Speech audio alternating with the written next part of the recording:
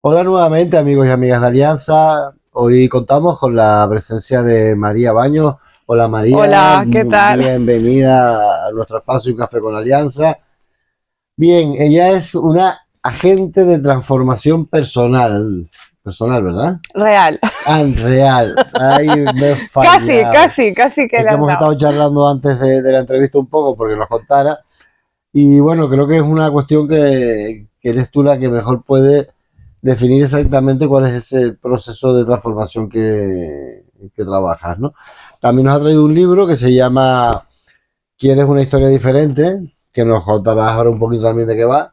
Pero bueno, háblanos primero, por favor, de esa transformación que planteas. Vale, desde pequeña que he sentido mucha curiosidad por la conducta humana y de hecho yo observaba mi entorno y no comprendía por qué el mundo estaba tan, o sea, las personas a mi alrededor no estaban tan estresadas, tristes, cabreadas, ¿no? Y entonces yo sentía una alegría dentro de mí que no cuadraba con el entorno en el que estaba viviendo, Ujú. ¿no? Pero conforme fui creciendo, es como que esa alegría se fue apagando, ¿no? Porque empecé a dejar de escuchar mi voz interior para escuchar la voz exterior, ¿vale? Entonces empecé a verme a través de la opinión de los demás, sobre todo de mis A través de padres. los ojos de los demás, ¿no? Exacto, de mis padres, de la familia, de los compañeros, de los profesores. Y entonces empecé a crear una imagen distorsionada de mí que acompañada con un diálogo interior en el cual yo era mi peor enemiga porque no me trataba muy bien, ¿no? Entonces Ujú.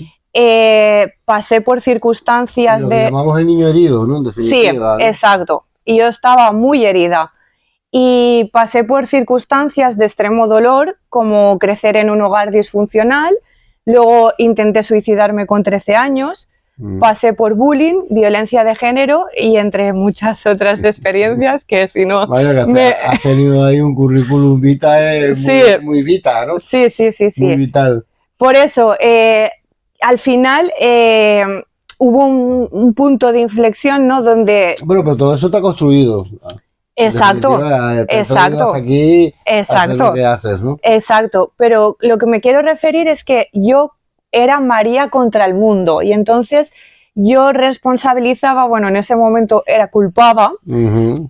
a los demás, a mis padres, al exterior, De ¿no? lo que sucedía, de De lo lo que te que yo sucedía, sentía, ¿no? ¿no? De cómo yo me sentía.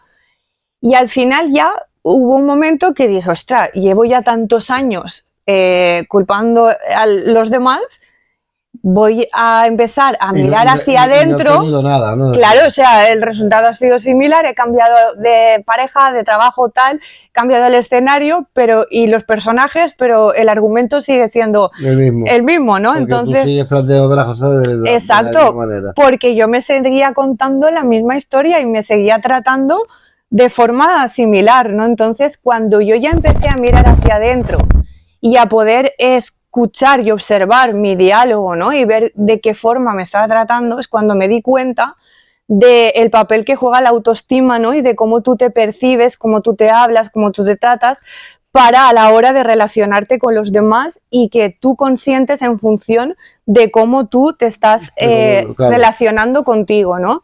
Y entonces, Tú no puedes dar lo que yo siempre digo que no se puede dar lo que no se tiene. Si exacto, no hay amor en ti, no puedes dar amor. Y exacto, cuando vas a darlo, también vas a buscarlo. claro. Y entonces recibes lo que estás dando, que si no hay amor, pues no recibes amor, ¿no? Exacto, exacto, claro, yo buscaba fuera lo que yo creía que no tenía dentro, lo que no sentía por mí, Tienes las ¿no? carencias.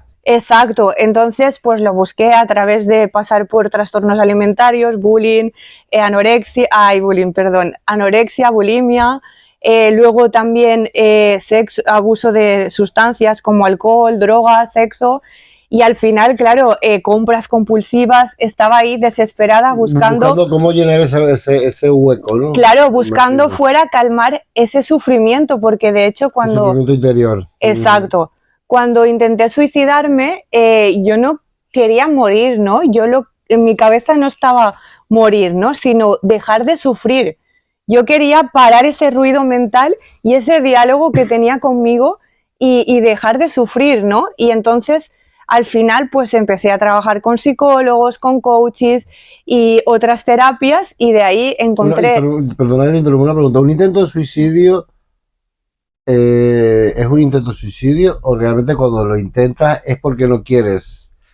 Cuando se intenta y no se logra, probablemente pienso que realmente inconscientemente no quieres hacerlo. Claro. Porque si quisieras hacerlo, claro. No hubiera sido un intento, ¿no? Claro. Honestamente, a día de hoy te digo que inconscientemente yo lo que quería era llamar la atención. La atención de mis padres para que me diesen esa atención y ese amor y ese cariño que yo estaba reclamando realmente, exacto, ¿no?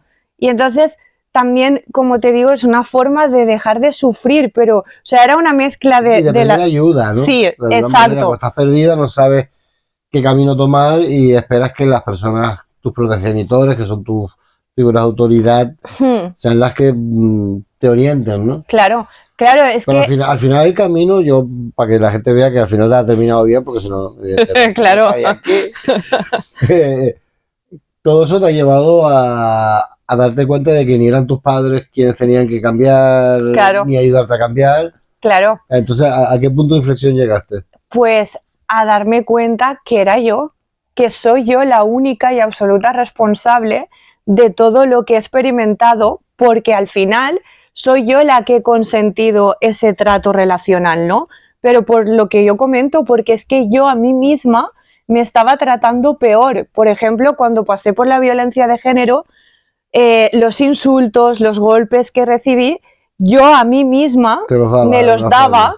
Y es más, es que pasé ese hecho, salí de ahí y en mi cabeza, en mi mente, yo lo seguía reviviendo a través de mis pensamientos y seguía ahí atrapada hasta que, como digo, empecé mi proceso de transformación, pedí apoyo y de ahí luego pues empecé a formarme en diferentes metodologías y de ahí saqué mi método Cristal, que es el método de transformación real con el que trabajo. Y hago conferencias transformacionales personalizadas y libros como el que has mostrado. Bueno, al final ha costado que nos digan exactamente... Sí, y lo que pretendo es pues acompañar a los padres, a los adolescentes y profesores a ser conscientes de la importancia de su diálogo interior para que los adultos estemos en nuestro estado adulto y podamos acompañar a los adolescentes a llegar a la etapa adulta siendo unos adultos saludables y responsables. Comunicándose de forma interna. Bien. No sé si conoces al psicólogo psiquiatra Eric Berne. No. Bien, Eric Berne. Te lo digo porque Eric Berne creó una, llamamos ya la metodología, que es un análisis transaccional.